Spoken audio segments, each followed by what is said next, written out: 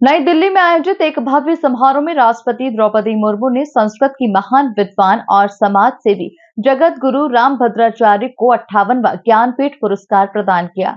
राष्ट्रपति ने उनके अद्वितीय साहित्यिक योगदान और समाज सेवा की पूरी प्रशंसा की। यह पहला अवसर है जब किसी संत को ये प्रतिष्ठित सम्मान प्रदान किया गया है। दृष्टिहीन होने के बावजूद जगत गुरु रामभद्राचार्य ने वेद, उपनिषद, महाकाव्य और भारतीय दर्शन में असाधारण विद्वता प्राप्त की है।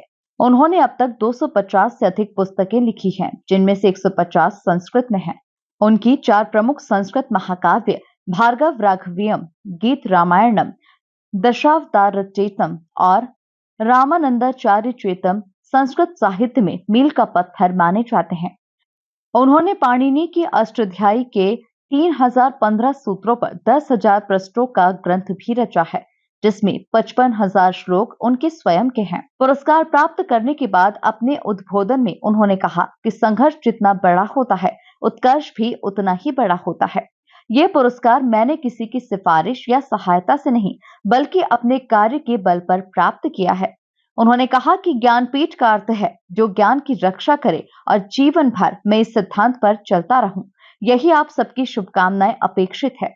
उन्होंने इस अवसर पर वेतन भोगी मानसिकता की भी आलोचना करते हुए कहा कि भारतीय संस्कृति और संस्कृत के लिए जो भी कार्य करना चाहता है, उसे निस्वार्थ भाव से करना होगा। केवल पद, वेतन और सुविधा की चिंता रखने वाला व्यक्ति कभी भी इस दिशा में योगदान नहीं दे सकता। जगत गुरु रामभद्राचार्य न केवल एक महान साहित्यकार हैं, बल्कि दिव्यांगजनों के कल्याण के लिए कार्य करने वाले एक समर्पित समाज सेवी भी हैं। संघर्ष जितना बड़ा होता है, उत्कर्ष भी उतना ही बड़ा होता है। मैंने इतना लंबा संघर्ष किया तो मेरा उत्कर्ष भी इतना बड़ा हुआ। पहली बार किसी संत को ज्ञानपीठ पुरस्कार मिला है और यह मैंने किसी से उधार नहीं लिया है। कल भी मैंने यही बात कही, काम करके लिया है। कोई सोच नहीं, कोई सिफारिश नहीं, किसी का कुछ नहीं। अब तक 250 पुस्तकें लिखी मैंने, उसमें 150 पुस्तकें संस्कृत में है। संस्कृत में मेरे 4 महाकाव्य हैं, भार्गव राघवियम, गीत रामायणम, दशावतार चरितम और रामानंदाचार्य चरितम। कालिदास ने 2 महाकाव्य क्यों लिखे, वो भी 1.5 माना जाता है। रघुवंश का कुमार संभव पूरा नहीं होता, और सबने एक महाकाव्य लिखे, पर मैंने 4 महाकाव्य लिखे। और संस्कृत विद्वत जगत में उनका बहुत सम्मान भी है। केवल पाणिनि अष्टाध्यायी के 3015 सूत्रों पर मैंने 10,000 पृष्ठों का ग्रंथ लिखा। इसमें मेरे 55,000 तो मेरे निजी स्वरचित श्लोक हैं। तो काम तो करने में मैं कभी हारा नहीं, अनहारूंगा। अब ज्ञानपीठ मिल गया है।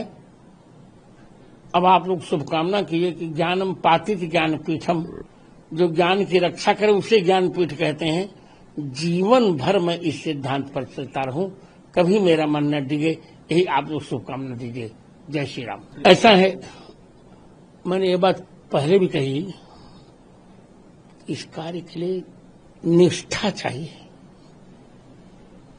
जब भी थोड़ी सी भी स्वार्थ लिप्तता रहेगी तो व्यक्ति काम नहीं कर सकेगा।